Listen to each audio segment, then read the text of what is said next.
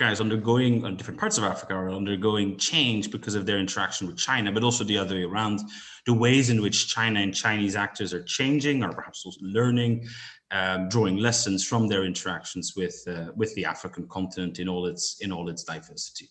And so in past years, of course, we've organized meetings on development finance, on questions of public health, on media and public imaging. And this conference, of course, takes place very much in the shadow of a concept that gained a lot of traction in the last couple of years, famously for some, infamously for others, and that is the notion, of course, of great power competition. And so our conversation this afternoon or this morning, depending on where you are, will kick us off. Before handing it over to Nicolas, let me just briefly thank Nicolas and the entire team for extraordinary efforts, organizing a virtual conference, very different endeavor than doing it in person. But I'm very confident that they've certainly risen to the challenge, and that we'll be able to have a very enjoyable, interesting, and hopefully above all, also very smooth meeting. But thank you very much. More from me during at the end of the discussion, but back over to Nicolas and most importantly, our speakers. Thanks. Thank you, Harry. So as mentioned by Harry, the backdrop to this conference's theme is what we have observed in recent years, that after a period of enthusiasm about China's apparent integration in the liberal international order, the last few years have seen an accentuation of strategic rivalry between China and the US, heralding what appears to be a new period of great power competition.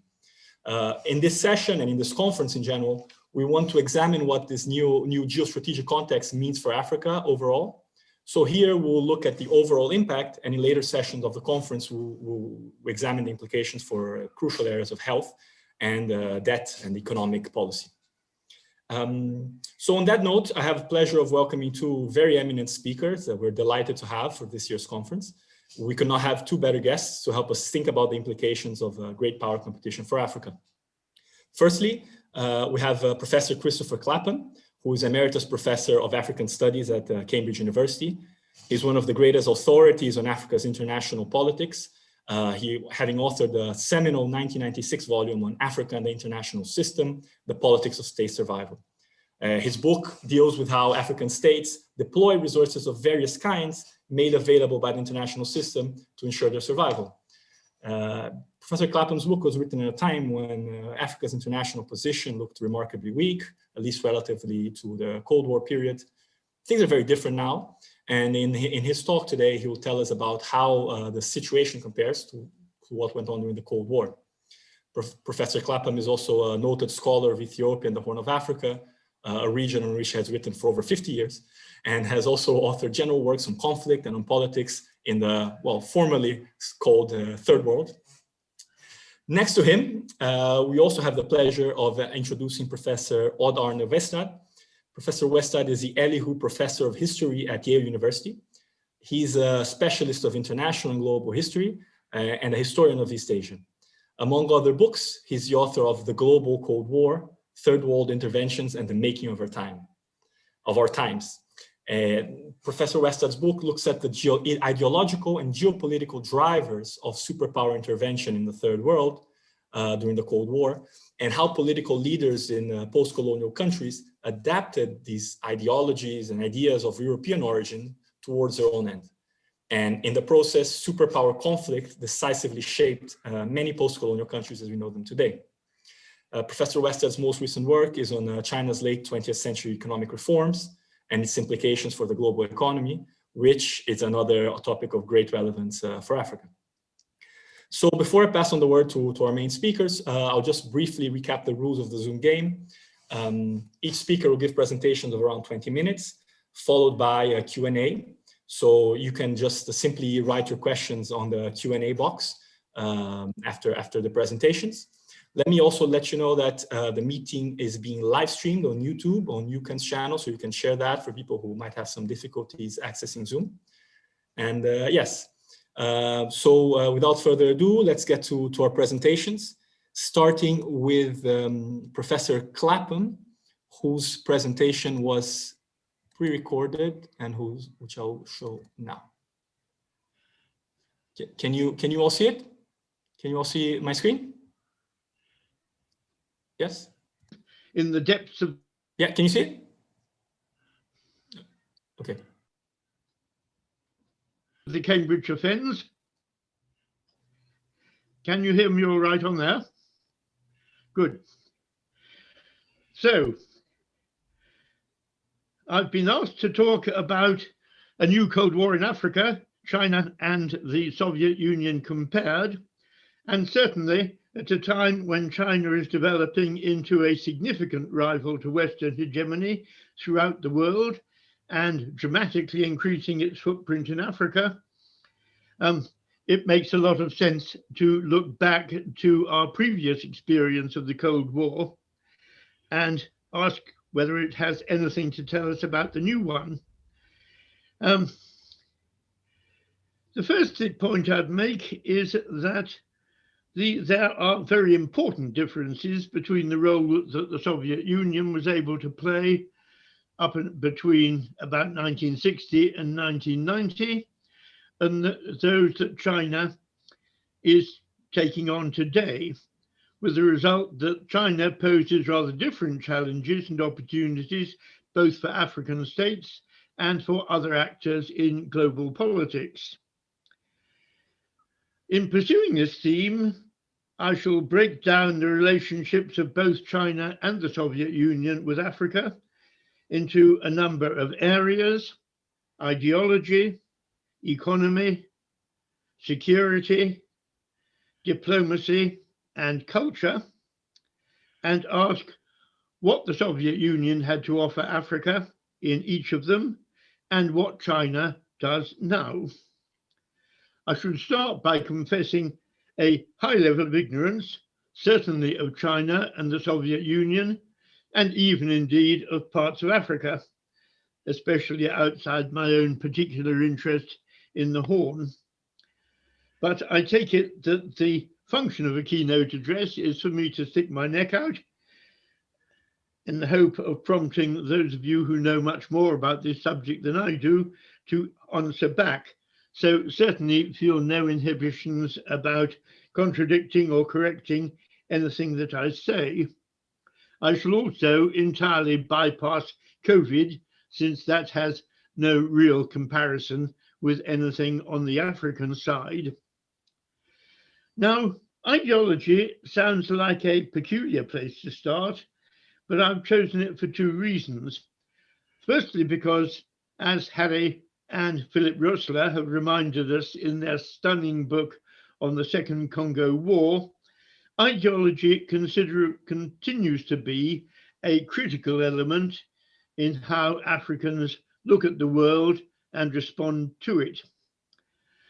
And equally because this was one area in which, at the moment of decolonization, the Soviet Union appeared to enjoy a hegemonic superiority of its own, as indeed China did, as a socialist state that defined itself in sharp contrast to the capitalism of the Western colonial powers. And the Soviet Union, back at the time of African independence, did offer an alternative vision of the future that spanned the entire spectrum, from the role of the Leninist single party as the organizer and guide of the new political order, placed at the disposition of a nationalist leadership to which it had an obvious appeal, through an economic model that offered rapid and dramatic development, firmly based on the power of the state, which therefore likewise came under the control of the new orders, of the new rulers, through to partnership in a superpower alliance that carried anti-colonial nationalism into the global sphere and promised protection and genuine independence, in contrast to the neo-colonial models of post-colonizers, and offered therefore a chance to escape the subordination within the global system that many African states appeared to carry over from colonialism to the not very much changed post-colonial era. For the really ambitious, it even offered an ideal of the new socialist man to contrast with capitalist humanity. And it needs to be emphasized how appealing a vision this was to the most radical of the early decolonizers, such as Ghana and Guinea, through to 1970s revolutionaries in Ethiopia, and late decolonizers such as Angola, Mozambique, and Zimbabwe. And it was a vision that extended, as Harry and Philip pointed out, into the post-Cold War era. And this comes in very sharp contrast to the absence of any significant ideological element that I can see in the new Chinese presence in Africa, which has nothing to offer beyond the frankly flabby vacuity of Xi Jinping thought, which officially, of course, is now supposed to rank on a par with Mao Zedong thought in the Chinese pantheon, but which appears to me, at any rate, to have absolutely nothing to offer to Africa. It's a mystery to me what it even has to offer to China beyond sheer subordination to the leadership of Mr. Xi Jinping. What we have instead from China is a crude power agenda without any significant moral or conceptual base, astonishingly so indeed for a country which until recently was so ideologically defined as China has been. And it does raise the question of how much traction a relationship that does not include any conceptual or moral element can have for China's ongoing role in Africa. Turning from there to the economic dimension, of course, the picture is completely reversed. The Soviet Union had virtually nothing to offer Africa, either as a partner or as a model. As a partner, the only thing that it had to offer Africa was weapons, which it did, of course, in huge countries, in huge quantities. But it had nothing else that Africa needed, and the Soviet Union itself wanted nothing that Africa could produce. Very tellingly, the one African state that tried to join Comecon, the CMEA, was Mozambique, which was rebuffed, and which, like Ethiopia and other would-be Soviet allies, was encouraged instead to sell its own exports for hard currencies, with which it could then repay the Soviet Union for the weapons that it had sent them. As a model, the Soviet state-controlled model proved to be a complete disaster, of which Ethiopia was again a classic example. Turn to China, of course, and as a partner, it has now become Africa's largest single trading partner, or its second largest if the European Union is counted as a single unit rather than its individual states. It is a major source of development finance, and these look to be long-term relationships based on the one hand on China's need for raw materials, and on the other, rapidly increasing levels of African indebtedness. And it is hard to see either of these going away in any immediately foreseeable future.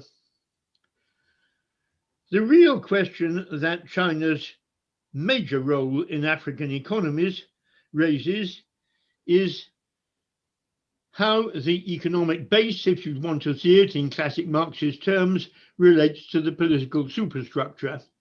And this seems to me extremely uncertain. And the lesson to be drawn from Africa's very long, often tragically long, experience of dealing with the outside world is that economic power does not translate into political power as easily as a crude Marxist model would assume.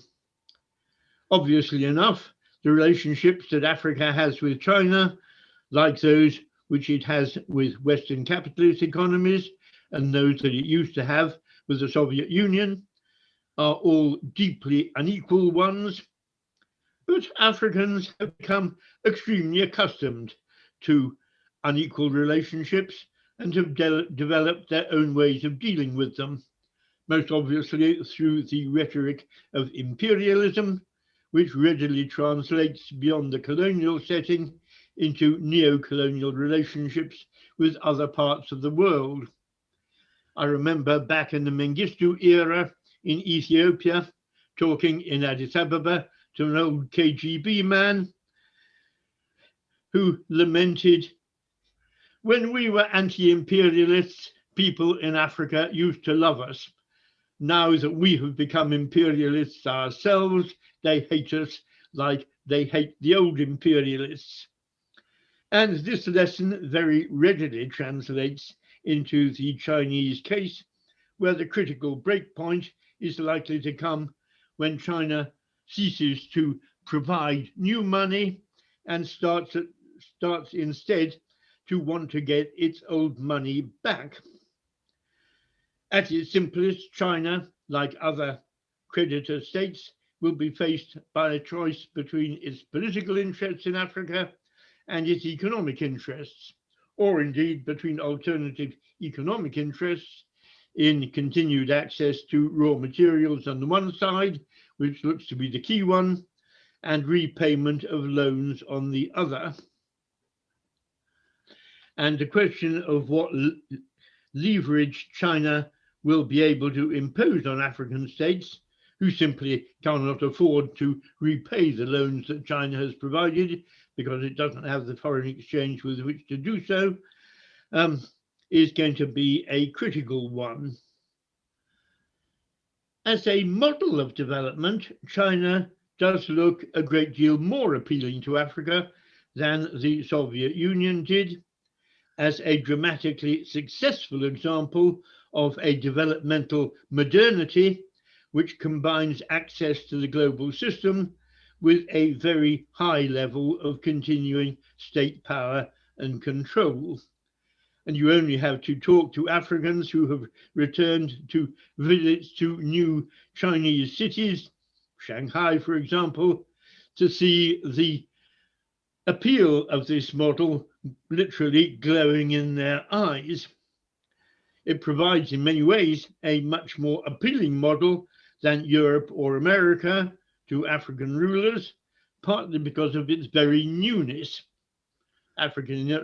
Oxford to Africa looks like a very old place indeed. Shanghai looks like a very different, much more appealing, much more attainable ideal of what Africa might reach, especially given the astonishing speed with which this transformation has been achieved in China. Partly also, of course, because the Chinese model is unencumbered with the ideological baggage of Western states, ranging from their colonial past on the one hand to their aspirations, in principle at least, to democracy, good governance, human rights, and other constraints on African rulers on the other hand. Whether African states can replicate the Chinese developmental state within their own setting is, however, a very different matter indeed. And the simple answer, in my view, is no. And the key example here, which is one to which I've had a considerable interest, is of course that of Ethiopia, which could match the discipline and control, to some extent at any rate, found not only in China, but in other developmental states such as Taiwan or South Korea, but which is foundering partly on the dramatic collapse of its political model demonstrated by the appalling war currently taking place in northern Ethiopia, as well as actually closely linked issues of corruption, foreign exchange unavailability, and so forth. Turning from there to the other elements of the relationship, the next one I would take is strategy or security, which for the Soviet Union came to assume a dominant role, especially as the allure of Marxist ideology faded. And Soviet client states, most obviously Angola and Ethiopia, came under domestic military pressures from which they had to be rescued not only by Soviet weapons, and straightforward weapons supply in the old Cold War was the one area in which the Soviet Union enjoyed a massive and dramatic superiority over Western states, but equally on occasion with the provision of troops, not Soviet troops, not indeed troops from anywhere in the old Warsaw Pact, but most obviously from Cuba as a third world client state of the Soviet Union that was prepared to commit its own forces in defense of Ethiopia against the Somali invasion in 1977 and in defense of the MPLA regime in Angola against UNITA and of course apartheid South Africa. Looking across to China, I find it hard to envisage an equivalent military role for the Chinese. And this comes, I have to say, after participating in Addis Ababa in a reception held by the Chinese military attaché to celebrate People's Liberation Army Day, in which we were treated to videos of massive numbers of marching troops that recalled nothing so much as 1930s fascist Europe. But moving from there to Chinese troops, or even troops from significant Chinese allies operating on the African continent, seems to me a pretty far-fetched scenario. The one base that China so far has in Africa, that in Djibouti, which it also shares in a sense with bases not only from the French, but from the United States, Japan, and the European Union. This doesn't really take China much beyond its ostensible goals of maintaining control over sea routes, in which China, of course, has a shared interest with all global trading powers, including those in the West. China can certainly summon African leaders to Beijing on the grand scale for anything especially that offers the prospect of Chinese money, but doesn't seek or appear to seek to line up clients in the kind of obedient posture that the Soviet Union did during the old Cold War. And neither has it so far acted towards African states and leaders with a sheer brutal arrogance that it has done towards states such as Canada and Australia, with massively disproportionate retaliation for what appear to be fairly minor issues on the Canadian or Australian side. So we don't seem to be faced by a bloc of would-be Chinese allies in opposition to would-be Western allies in the way that happened during the old Cold War. Turning finally to the cultural component of international relations, which has become a source of increased prominence, of course, around the world. This does not appear to carry any significant weight for China any more than it did for the Soviet Union.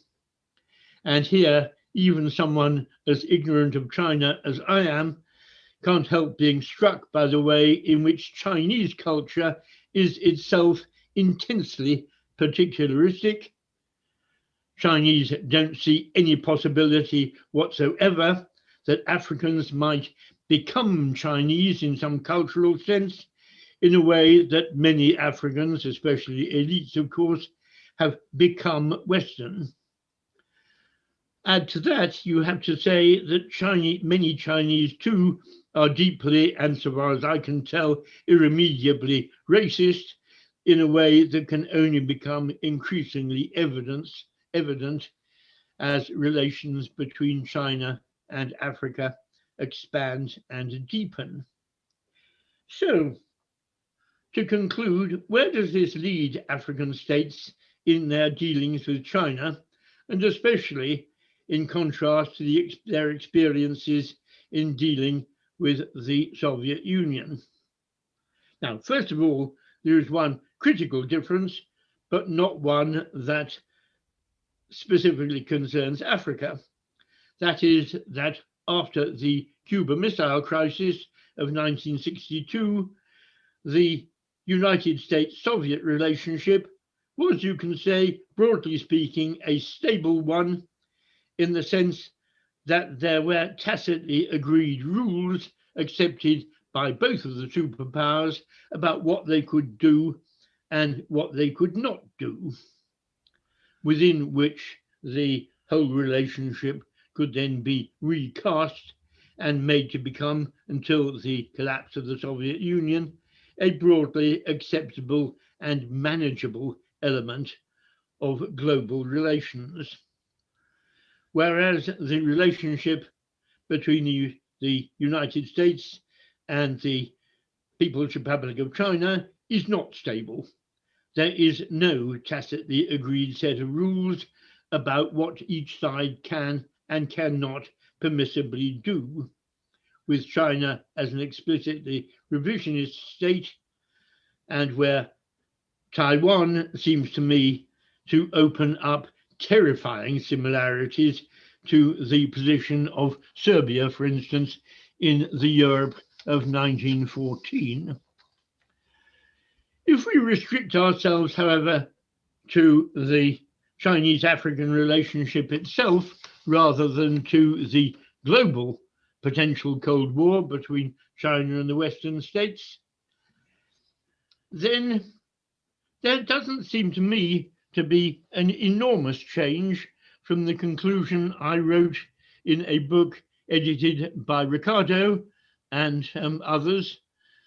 When was it? Perhaps about a dozen years ago, in which I argued that so far from providing any new model for Africa's involvement in the global economy and political system, China's role has been precisely to reinforce the old one.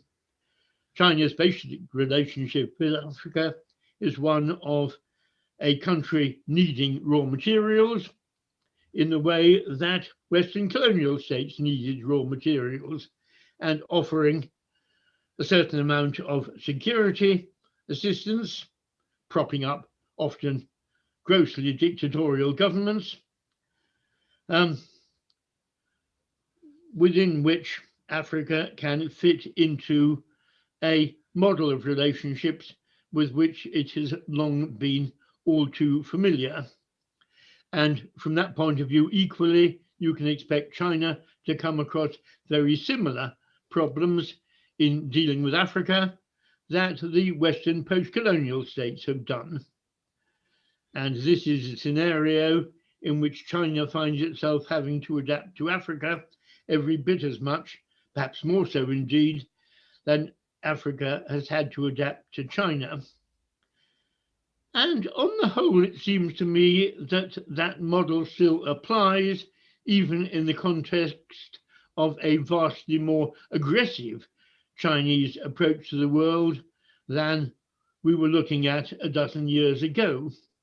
but if other participants in this workshop see the relationship in a different light, they could well be right, I could well be wrong, and I look forward to hearing from them. Thank you. Thank you very much, Professor Clapham. Well, a belated thank you. Yeah, very, very interesting intervention there, touching on many themes that will be raised throughout this conference. It also leaves us wondering whether the newness of Cambridge might be more appealing to African elites than the old architecture of Oxford, but that's a question perhaps we can get to later. So now let me pass the word on to Professor Westad, who will make his intervention.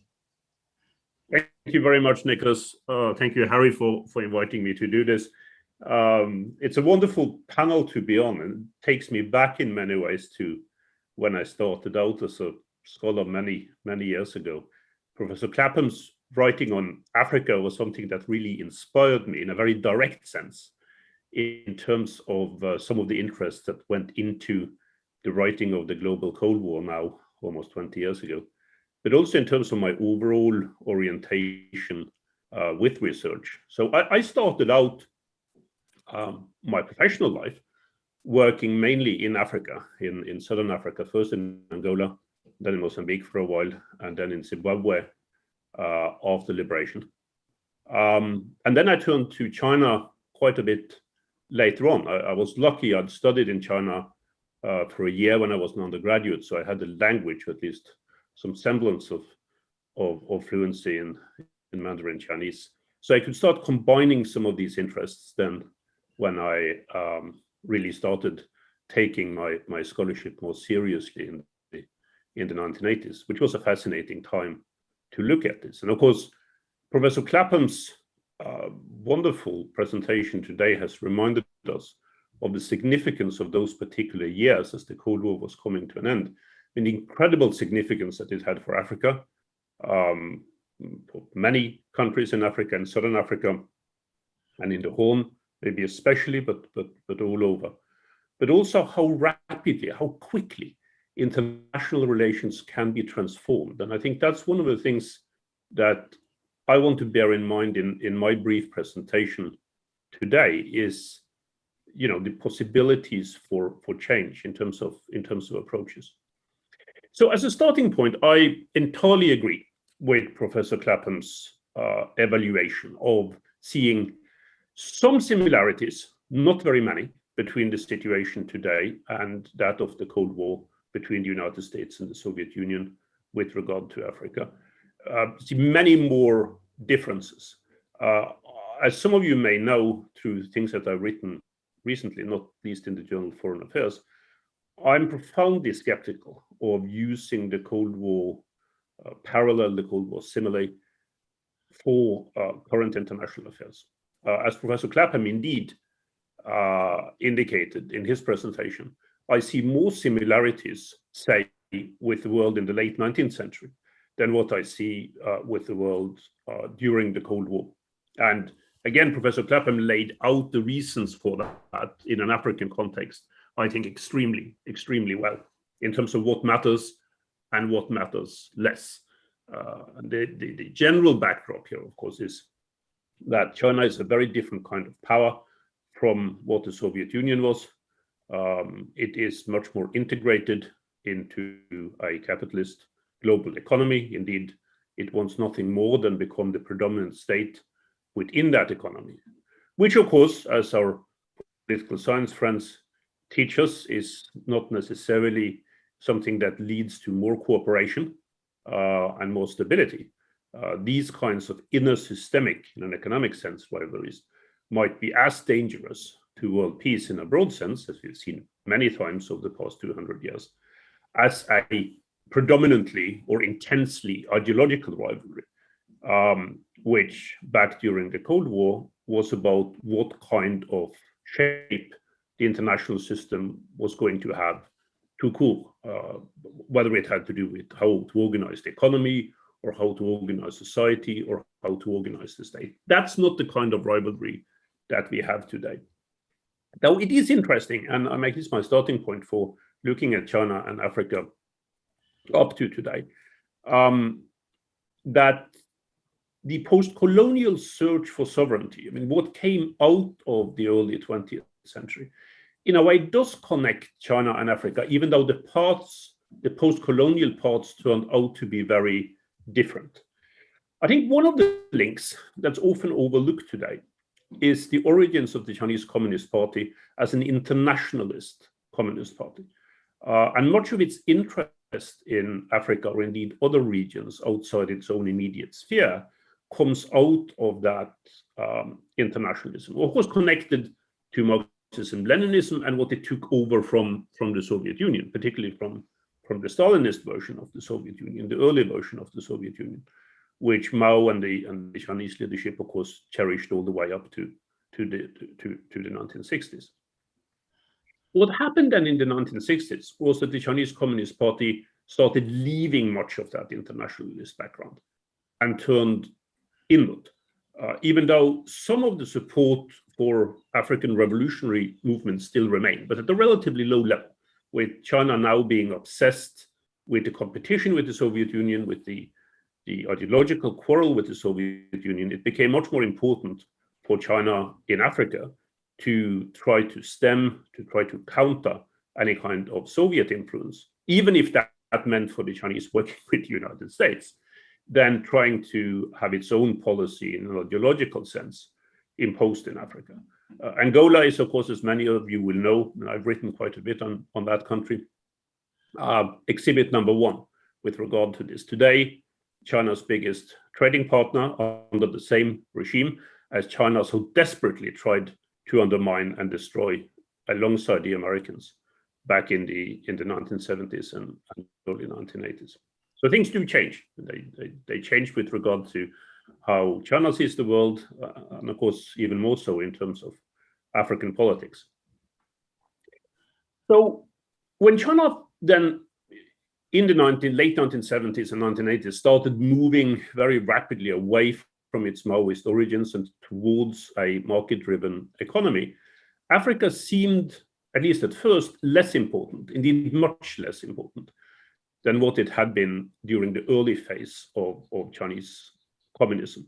But then as the Chinese economy grew, according almost entirely to market-driven principles, Chinese business people started discovering how important Africa can be. And I think that's a very significant, maybe even a crucial difference with the Cold War setting here. It was Chinese business people who drew China into Africa after the reform era in China started. They sometimes had to convince somewhat reluctant Chinese officials to concentrate more on Africa because it was good for at least some part of Chinese business, as Professor Clapham explained, especially with regard to resources. So that was the first phase, and that was what set up many of the relationships that exist today, entirely non-ideological, also not necessarily driven by state interest, but driven to a high degree by market interest, which again started to change, although very slowly, I would argue, in the early 2010s, when the Chinese government began taking more of a strategic interest itself in securing access to resources, and started a little bit like what Japan had done back in the 1970s and 80s. The government helped preparing the ground for Chinese companies, both private and state-owned companies, to, as the Chinese say, go out, to enter into the world economy, including in Africa, but also, of course, elsewhere. So you had, over the last 10 years, I would say, maybe 15 years in some cases, more of a blending and melting together of state interest, even in a strategic sense, and private interest, business interest in China with regard to the whole world, but also with regard to Africa. So that first phase of the reconstituted relationship between China and Africa, to me, it would be interesting to hear what others have to say about this, but it's pretty late, in terms of China's development as a great power.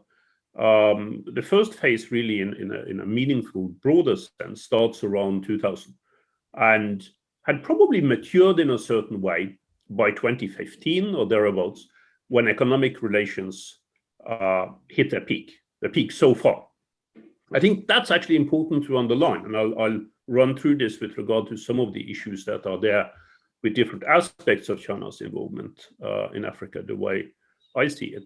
That the peak was around 2015, and on a number of indicators, we haven't quite reached those levels since 2015. And it's an open question to me in a post-pandemic world, whether China, relatively speaking, to the same extent, in terms of the Chinese economy, will return to its interest in Africa the way that it did in the mid-2010s. That's an open question to me. It might happen, but I think it could turn out to be a slower process than some people think. And of course, this involvement is on a whole set of issues. And I'm not going to go into detail here because there are people in this audience who know this much better than me. If you look at Chinese loans to Africa, which again is something that the Soviet Union, of course, only considered in extreme circumstances and happened on a very, very limited scale, as Professor Clapham pointed out. The providing of these loans peaked around 2014, 2015. And even that is, if you think about it in a global sense, not so much in an African sense, but in a global sense, relatively modest. It was about $30 billion that year, and more than half of that went to Angola, which is interesting in itself. In terms of trade, again, the peak was in the mid-2010s, but still, of course, today remains at a high level by historical standards, but also very important for, I think, for Africa's economic future. But at a pattern that has been set, at least up to now, that China imports resources, as we already heard, and exports produced goods, often at a balance in terms of the income of this either side that is profoundly unequal. And then finally, with regard to investment, it's interesting to look at this. I was visiting a few African countries not very long before our current pandemic crisis began. And it's very interesting to see, in terms of China's foreign direct investment into Africa, how uneven it is in terms of various countries, with a few countries taking up and a few sectors taking up a lot of this investment. Again, a kind of diversification in terms of interest that the Soviet Union, because of the way its economy functioned, could never provide. So, the DRC, Angola, Ethiopia, South Africa are the big four in terms of Chinese investments in Africa. It's pretty stable framework to that. Also relatively stable, I would say, in terms of sectors to invest in: energy, transport, increasingly, metals. The only one that is probably more significant now than before is real estate, in which Chinese companies have made quite significant investments, even outside some of the big four, in terms of receiving investment from China. So another aspect, I think, in this relationship, again, very, very different from what we have seen in the past, and also very different, it needs to be noted, from the African relationship to most of the Western countries in the immediate post-colonial era, is the significance, the growing significance that African business people play in the China-Africa economic relationship. And this is one to watch, both because of the increasing abilities and also to some extent increasing leverage of African business people in this relationship, but also, and this has really struck me, because of the almost extreme increase in knowledge among people involved in business in Africa about China and how to operate to their advantage the business relationship with China. So in that sense, what you could call the knowledge part of the business relationship, this is not a one-way street. And if it does go in one way, I think it increasingly goes in the direction of many African business people understanding China far better than what many Chinese business people and Chinese investors understand Africa. And that's an important part of any relationship, I think, to consider if one thinks about the future. So going back at the end then to the Cold War comparison, which I'm not fond of, I think there is an ideological basis for some Western leaders constructing a Cold War pattern for China in Africa. which is not really very helpful today in understanding what really is going on. And I'm saying this not because I think China's involvement in Africa is unproblematic for Africans or for anyone else, but because it's different. It marches to a different tune than what we have seen during the Cold War. It's much more similar in many ways to what Europeans and North Americans attempted to do in Africa in the immediate post-colonial era. China is going mainly for economic gain. And some of these economic relationships benefit Africa and some don't. In terms of ideology, China often prefers authoritarian leaders, but it doesn't have an ideological mission in Africa. As long as it's capable of doing what it wants to do in economic terms, it would be happy with any regime that would interact roughly based on the kinds of principles that China wants to interact on. And those principles, in most places, are relatively broad. So the big danger for Africa, I think, is not the Chinese presence. The big danger for Africa is, as it has been in the past, independence. So becoming too dependent on China, or for that matter, anyone else, in terms of one's own development is not good. So I'm originally from Norway. Norwegians know all about that in terms of its own economic development. It is the effect on the local economies and how they develop that one needs to look at in terms of the China-Africa relationship. Not loans, not even unequal trade and investment, because I feel that at the end of the day, sovereignty trumps all of that when push comes to shove. It is the effect that it has on the development of local economies that really matters.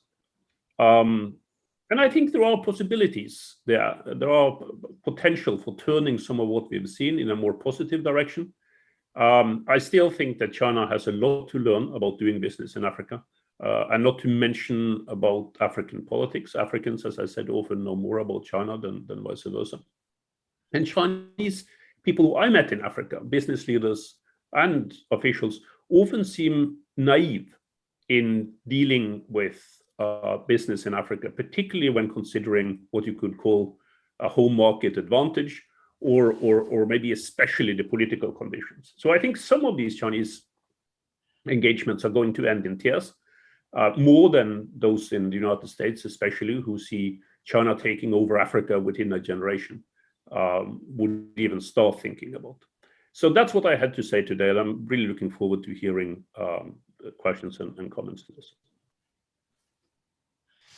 Okay, thank you, Professor Westad, for another fascinating intervention. A lot to discuss there. I was particularly taken aback by how Angola, the country I work on, how it emblematizes many of the political and economic dilemma, let's say, contradictions or tendencies in China's intervention in Africa.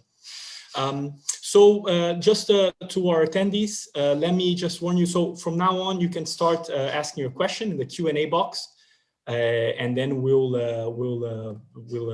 answer them. We'll ask them to the speakers. So feel free to go to the Q&A box. I'll just briefly pass the word on to Harry, who will make some initial questions, initial comments, and then we'll open the floor.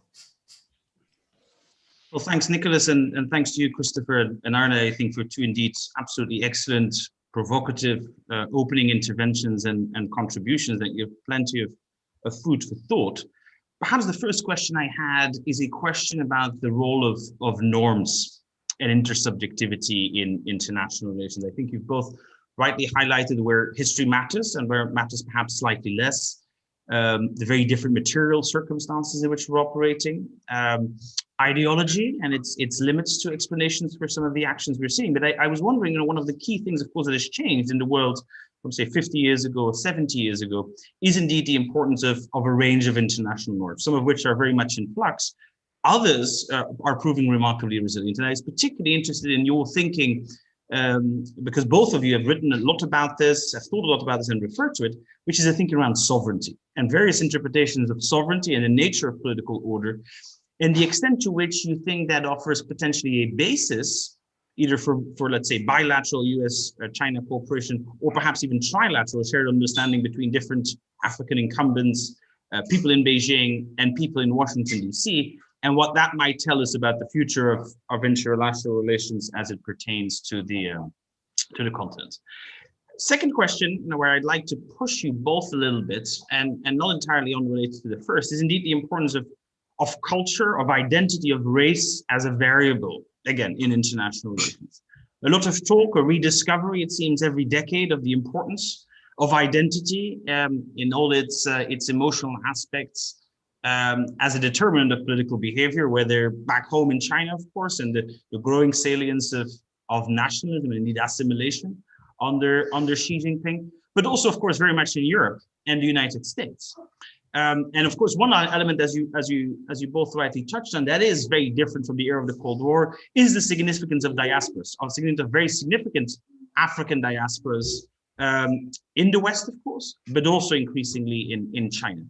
How do you think that will impact indeed these discussions about identity and indeed the ways in which ideas of race, of culture, of nationalism shape the international patterns of behavior we see? So let me stop there for now. I'll come back at the very end, and then hopefully we can take a few more questions from the audience as well. But thanks. So do you want me to come back in now? Yeah. Well, thank you for both of those. The question of norms and of sovereignty, in a sense, have had a much greater impact in African international relations than you might have expected from countries that initially, at any rate, set out to challenge the way that the international system was organized and the norms according to which it was organized, but very rapidly came to appreciate the values of what you might call United Nations 1945 state sovereignty norms. So they continue to have an important impact on the way in which especially African governments look at the world, which is at the same time being challenged by the inadequacy of the states themselves that are then called on to implement these norms. That the moment you start dealing with African states, you rapidly discover that you're not dealing with something that behaves according to what the classic idea of international state sovereignty amounts to. You're dealing instead with entities with a very high level of personal governance, with considerable problems in actually achieving the level of control that the sovereignty norm takes essentially for granted. And so states, and China is an interesting example of this, which come into Africa with a very strong sense derived from their own domestic experience of the importance of states and sovereignty and centralized control, have to come to terms with a part of the world which deals with these things in practice very differently indeed. If, for example, you are a Chinese business doing concerned with mineral extraction, you have to get your minerals from the mine to the coast. That can, in practice, involve crossing territories that may not be controlled by the state in which the mine is, which may not be controlled by anything that you think of as a state at all. It may be somewhere like Somaliland, which behaves like a state, but which isn't recognized by anyone as a state. Or it may be somewhere like Somalia, which is recognized by everyone as a state, but just doesn't behave like one a bit. So these are norms that a new actor coming into the African scene, such as China, is going to have to do a great deal of learning. And I was fascinated, especially by Arne's comment that Africans have been much smarter, if you like, in learning about China than the Chinese have been in learning about Africa. And I suspect they have quite some way to go. The second point on culture and the growth of global cultures, if you like, and the impact that they are now having on global international relations is very visible indeed in Western states, both European and North American. And I have absolutely no sense at all of how it plays out in China. certainly from my own very limited exposure to China, this appears to be a society with a profound sense of its own identity and its own special nature, as it were. And my guess would be that it's actually going to be rather difficult for China to adapt to a world in which cultural norms of the kinds that we're seeing in Black Lives Matter or whatever play a much more important role than they did. So far as I can see, they're just not set up for that kind of world. But Arne will have a much better idea than I do as to how it might work out in practice. Yeah, if I could take over there, Christopher, I agree with everything that you said there. I think start with the concept of sovereignty, which is really complex in terms of Africa, as everyone would know. It matters a great deal, but it matters in different ways, a bit dependent on the African country or region that you're in, the history of that particular region. Very often connected to how independence was gained and decolonization played out. It is probably true that China and many African countries share the post-colonial near obsession with sovereignty, that sovereignty is more significant than almost anything else. But it plays itself out in different ways. Some of that is, to me, has to do mainly with power and influence within the international system or lack thereof. Sovereignty, after all, as historians teach us, is only significant, is only important when you can actually exercise it. As a pure theoretical construct, it doesn't do you much good if you try to handle or build a state. But the idea that within the international system, in a post-colonial setting, it is states that are sovereign. It is a democracy of states that you want to set up, where states and state leaders have equal influence, not peoples, not individuals within the various countries. That's something that some African state leaders and Chinese state leaders may have in common. And this is not all quite as self-serving as it might seem, that they want everyone to be subsumed under whatever state they want to set up, as Fred Cooper reminds us. It also is deeper than that. It is the idea that sovereignty is at risk if you compromise on it in any possible way. So I see a lot of potential conflict between China and some African states over this, even though they share some of the same ideas. With regard to race and identity, so this is a difficult concept with regard to China. And I've spent some time looking at it. I mean, the best book on the topic is by my Hong Kong colleague Frank Diekert, who has looked at this over a long period of time. There are very definite Chinese ideas, slightly differing what part of the country you come from, with regard to race, and some of these have been extended into the world. They are rapidly changing as Chinese people get to understand the world more and see more of the world, not least to their own travels. And it's changing for the better, I would say. But on the other hand, I would not argue, I think it would be incorrect to argue, that race is of less relevance in China and how Chinese see the world than what it is for Europeans or in some cases for Africans.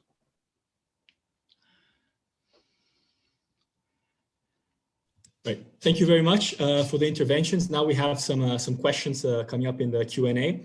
Firstly, let me just mention that on that theme of race and identity, we had a OUCAN webinar 2 months ago about race, racial encounters, racialized encounters in China, Africa.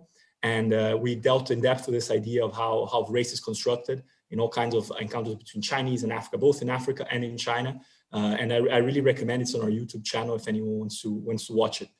And also building on this theme of sovereignty, and one in its ways of the ways in which the different ideas of sovereignty and this attachment to sovereignty has played out in China-Africa relations has been in the way in which China deals with aid to African countries. So two of the questions in the audience are related to that.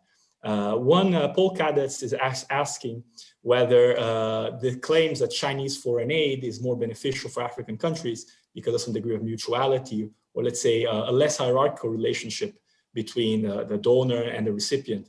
To what extent these claims, or we can generalize, to what extent the Chinese engagement in a more presumably more horizontal basis with African states can be more beneficial for African recipients. And and on that note, someone else in the Q&A has asked about whether, was asked Professor Westad if he could expand on his point about the local impacts of Chinese activity in Africa. So these two questions are very much related. Maybe, yeah, starting with whoever wants to go first. Do you want me to go first, Nicolas, on those? I'll be brief. Please. The first one is very easy to answer. The concept that China is less hierarchical, more horizontal in terms of its economic activity in Africa. I simply don't see that. Hierarchy and China have for a very long time, in ideas terms, almost been synonymous. Not necessarily in a negative sort of subsuming or controlling kind of way, but hierarchical forms of thinking are integral to how China acts internationally. The further away from China you get, the more sort of reasonable equality you can get in terms of interaction. It's much harder if you belong to China's traditional periphery in Eastern Asia to claim some kind of equality vis-a-vis China than what it is if you are further away. But in general, I would not put much emphasis on China being less hierarchical and more horizontal than other areas, regions, or states or businesses that are involved in Africa. But the second point, so what I had in mind there is in terms of the development conditions for African economies overall. I think the danger is in this, that Chinese companies comes into Africa, sets up their own businesses through cooperation or individually or through investments and takeovers, and do not contribute much in terms of technology, in terms of know-how, in terms of general local economic supply side development over what China itself or Chinese companies themselves can gain in almost an extractive sense from dealing with Africa. So I'm not saying that this is something that China has introduced. This is what European and North American companies have been doing with Africa for generations. Right? But it has been to Africa's detriment. And believing that that relationship from the investors or donors' perspective or lenders' perspective is different from what it was in the 1960s or 70s or 80s. Just because we're now dealing with China is untrue. I think it could easily be the other way around. So that's what I meant with, avoiding new forms of dependence that would not be serving the development of African economies well. I'm relatively optimistic on this, but because of what I mentioned earlier on, the development of African know-how, African business capabilities, the rise of companies in Africa that are looking out for themselves in dealing with Chinese companies. So I'm not altogether pessimistic on this, but it's something that one needs to watch. And needs to watch very closely, because that's where Africa could be hurt by its involvement with China, not in terms of these bigger questions that some strategists in the West are obsessed with. Is Professor Clapham, you want to come in? No, I don't think I have anything I can usefully add to that. So thank you very much for telling us. All right, thank you very much. So let's pass on to the next question. So Kei Tang is posing a question which with two perhaps contradictory dimensions. On the one hand, they're asking whether, they mentioned that China's incursions into Africa are part of a broader trend of emerging states such as India, South Korea, and Turkey, which have also increased their engagement in Africa. So they're asking, on the one hand, is this a chance? Does this offer a possibility of furthering Africa's structural transformation, industrialization, through so-called flying geese or other economic mechanisms? That's on the one hand. So, what are the economic possibilities that China offers to Africa? On the other hand, and that's the first question that I specifically addressed to Professor Clapham, but I'll open to both, of course. On the other hand, and that's more addressed to Professor Westad, but both can answer, is what are likely to be the consequences once China's loans in Africa, if they result in a big debt crisis, and the funds to continue investing in infrastructure run out. Let me just remind that China is only part of the debt situation. A lot of the African debt, it's not even a majority, is owned to China, but of course it has become a big player in loans to African countries. So would like to examine these perhaps contradictory dimensions of China-Africa relations, please. So perhaps Professor Clapham, if you mind. If I could just start by making one small plea, I'd much prefer to be known just as Christopher rather than all the Professor Clapham crap. So I'd be grateful if you could stick with that. Apologies.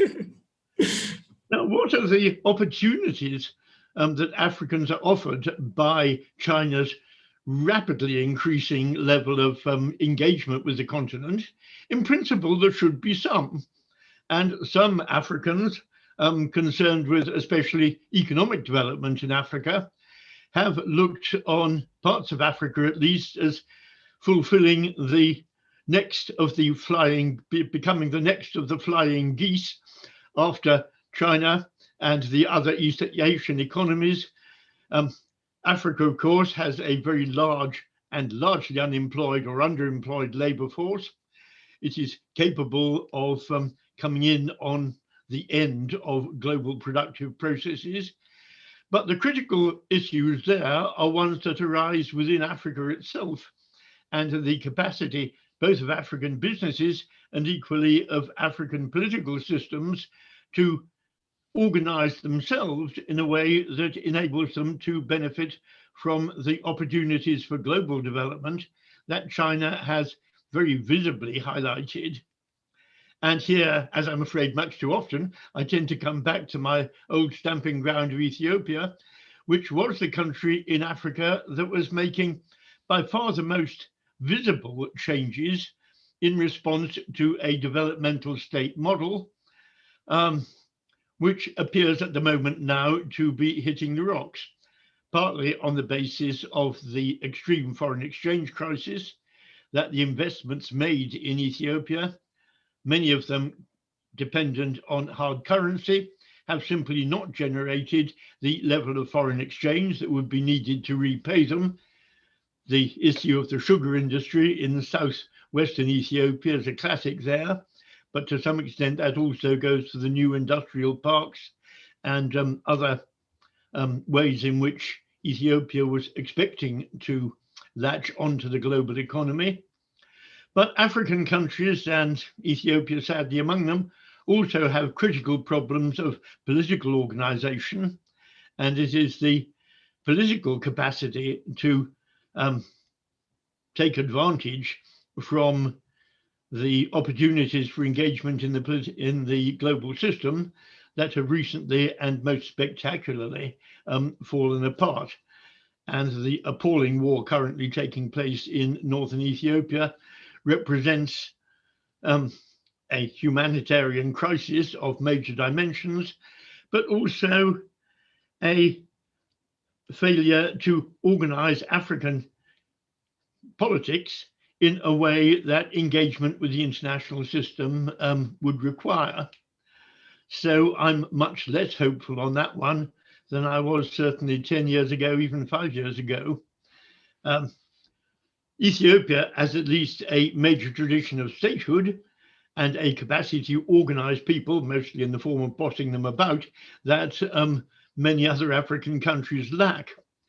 but creating organizations that work in the way that modern global capitalist economies work has proved a challenge throughout Africa, even in what apparently are the most successful cases.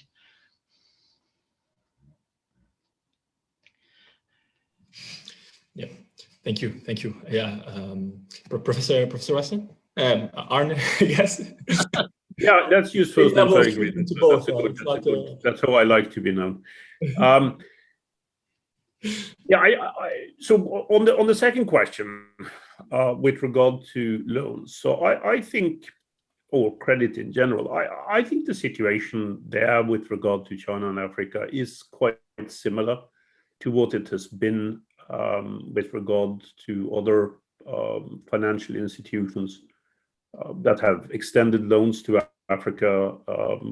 Interestingly enough, both in the immediate pre-independence and the post-colonial setting, that there are challenges in making sure, from a lender's perspective, how to manage these loans, particularly how to reach a high level of profitability, which is of course what drives these capitalist institutions into Africa in the first time with regard to returns on the loans that they extend. But this is what I meant in conclusion of my remarks. I mean, sovereignty trumps indebtedness. I mean, there is a price to pay, as we've seen in all debt crises since time immemorial, on the side of the recipient. But the effect, probably in a systemic sense, longer term, is even worse for those that overextend themselves. And I think China, in some areas of Africa now, is overextended in terms of the loans that it's provided, in terms of what they expect to get them back. And I often put it like this when I teach these kinds of things here at Yale. Providing this kind of credit anywhere in the world outside your own borders is almost certainly going to have a lot of problems, a lot of difficulties connected with it. And I would go as far as saying that, extending these kinds of loans, expecting, as many Chinese financial institutions expect, that everything will be paid back with interest and on time, is of course entirely chimeric. I mean, it's not the way the international financial world has ever worked, particularly when it comes up against state sovereignty in countries that really emphasize that and value it. So states can default much more easily than what companies, Chinese or not, can drive in outstanding debt.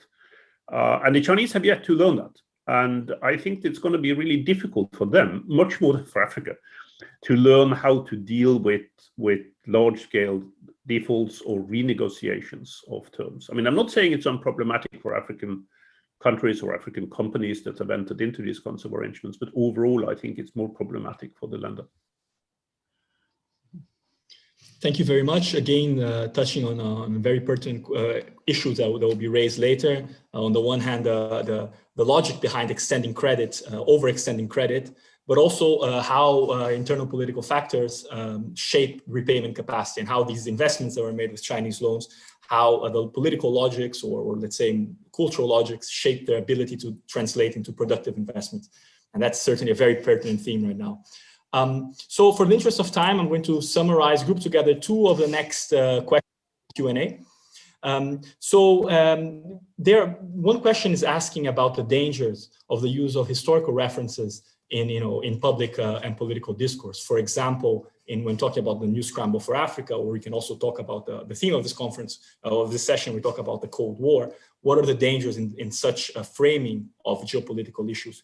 But also, that we mentioned, on the one hand, the new scramble for Africa, which was a multipolar scramble, if you can put it that way, versus the Cold War, which was a bipolar conflict. So Burke is asking us, is China just in competition with the West, or also with other actors, such as, for example, Saudi Arabia and the UAE? To what extent is this only a bipolar power competition or a multipolar dynamic? So one question about discourse and another question about real power politics.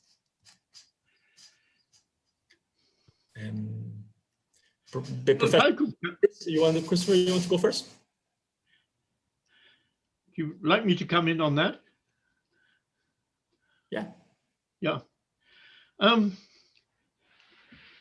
China, I think, has come into Africa as a state like no other. It has a scale, it has a speed of development, it has lessons to learn and lessons to provide that put it simply in a different class from any other newcomer onto the African scene. At the same time, one very interesting thing that has been happening in the international relations of Africa has been the way in which old linkages have been restored and are coming into play, notably, of course, those with West Asia rather than East Asia. And Harry is someone who is much better equipped to talk about this than I am. But there is a very ancient politics of the relationship across the Red Sea, across the Bab el-Mandeb, across the Gulf of Aden, which is now being restored to something approaching the prominence that it had before, with the engagement of Turkey, of Saudi Arabia, and of Iran, of the Gulf states, and many others. So we're looking at a much more complex African international scene in its relationships with Asia than we were doing before. But I don't think, so far as I can judge, that this seriously impinges on the Chinese-African relationship, which is, I would say, in a class of its own. The Saudis or the Emiratis or the Turks have things to offer Africa, chiefly in the form simply of money, often bribery, and to some extent also military relationships. The way in which the Eritrean coast, for instance, has become a battlefield in the Yemeni war. The way in which Islamist movements have spread not only from Asia to Africa, but between Asia and Africa, has brought dimensions into the international politics of Africa, especially Eastern Africa, and Asia, especially Western Asia, of a kind that existed in the past that had then dropped out of the reckoning during the colonial era. You used to see maps of Africa from which anything across the Red Sea was simply left out. It was just left white on the page. And you don't see maps like that any longer, thank goodness. But I put that in a different class altogether from the Chinese great power relationship. Saudi or Turkey or the Emiratis or Iran simply don't have anything to offer that remotely approaches the role of China in the region. Yes, Arne, some thoughts of that, please? Yeah, again, I agree entirely with what Christopher is saying. I think just more in general on those two issues, I mean, the dangers of being too obsessed with historical parallels and the issue of multipolarity. I think on the first one, yes. I mean, I think one has to be very, very careful with using historical parallels for anything. And usually, the warning sign should go out whenever people like me start talking too much about parallels in history. Beware historians bringing false comparisons. I think there are quite a number of us that have tried and failed in setting up, saying, like some of my old friends at Harvard, Graham Allison was fond of pointing out, that this is exactly like something in the past, when it usually isn't. There are very few things that are exactly like anything in the past. But that's not the same thing as saying that we can't learn from what has gone before. I think we have to. But we have to learn selectively. And first and foremost, we have to ask ourselves the question, what is similar and what is different? Because that's the way you learn, right? You can't just emphasize similarities, which we often have, particularly in policymaking, we have a tendency to do. We must also look at differences. And in the balance between those, we can actually learn quite a bit, I think, from the past in terms of what's possible to do and what's not possible to do, but maybe first and foremost about where change is necessary, right? In terms of what has gone before. On the issue of the overall international system, so I think this is really important to underline in an African context. The world, in my view, is not heading for a new bipolar confrontation a la the Cold War. It's heading for increasing multipolarity. And we're seeing that, I think, already today. And to mention the pandemic for once in this discussion, I think that's contributed to this drive towards multipolarity in the international system. United States and China are going to probably for at least half a generation, if not more, being the most significant poles within this increasingly multipolar international system. But they are not going to be in the kind of position that the United States and the Soviet Union were in during the Cold War, which is a very uncommon form of international system. Bipolarity is very, very uncommon. Stable bipolarity is even more uncommon. So I think the best way of thinking about this from an African continental perspective is that where we're heading is towards multipolarity, and then asking oneself questions based on that. Yes, I have to come in with an apology or several apologies on that one. Firstly, academics are just inherently historicist. We all know a lot of stuff and we dig into the past to create stuff. So the moment we're asked a new question, we look back to old things that we know and try to bring them up to date. And Arne is absolutely right. Some things are useful to look at that way. Other things really are changing. And it's much easier for us to pick up the things that stay the same than the things that change. I have two personal confessions to add to that one. Firstly, I'm an Ethiopianist, and Ethiopianists are just historically blinded, as it were. Everything is 2,000 years old, or if not more so. And the capacity there, which is every bit as great among my Ethiopian colleagues as it is among Western observers of Ethiopia, is just ineradicable. My other confession is that I'm 80 years old, and that turns you into a historian. I've always regarded myself as a political scientist, but as time goes by, when I was invited to participate in this session about the relevance of the Cold War, I was told, you remember the Cold War. No, doesn't everyone? No, they don't apparently. But yes, that is a warning flag that we need to keep waving constantly just to make us aware of the limitations of historicism. It's useful up to a point, but picking up the new stuff is really hard. Okay, so it's a very interesting conversation, but we're reaching our end. I know we all have our guests have to go. So the final questions, I'll just briefly summarize these questions and give you last few words, and then we first to end. There's a question on health, which I invite our listeners to follow this afternoon's panel on health competition. So I'll skip that for the moment. But some of our attendees have asked about the military dimensions. For example, Pablo Masarrasa, he's mentioned how China's attempt to establish a military base in the Atlantic.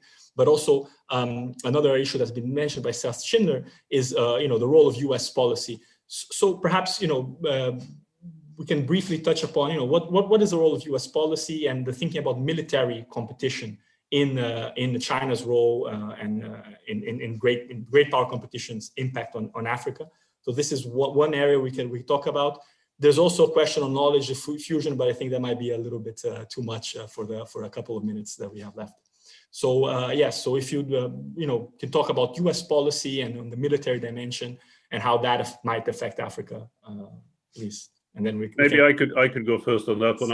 I think so. On U.S. policy, I think there is more, slightly more, I should say, of an interest in Africa in political terms under the current administration here, under the Biden administration, than what was the case under Trump, which is not saying very much.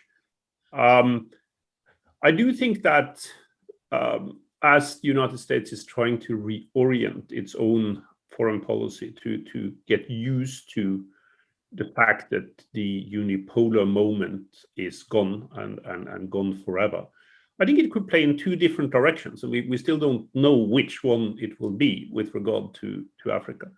I mean, one is, I don't think this will happen under the present administration, but it might happen under the next administration, is to realize the relentless increase that there will be in Africa's international significance over the next generation or so, and reorient itself more in terms of building, at least with the major African states, long-term relationships of the kind that the United States really has never had, not even during the Cold War period.